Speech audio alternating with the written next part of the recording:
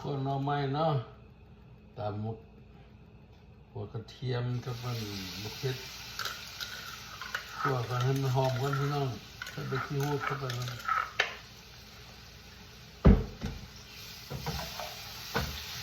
ขั่วบัวใส่ขี้ขั่วธรรมชาติแบบธรรมชาตินะพี่น้อง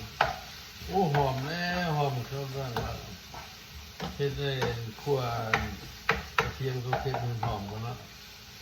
หอมแล้วก็ยังเอานอลงน้ำไม้ซอยเรียบร้อยแล้วน้ำไม้กระป๋องใส่เรียบร้อยแล้วหอมแล้วที่เอาเสร็จแล้วโอ้หอมดีใส่เม็ดเลยเนาะนี่เดี๋ยว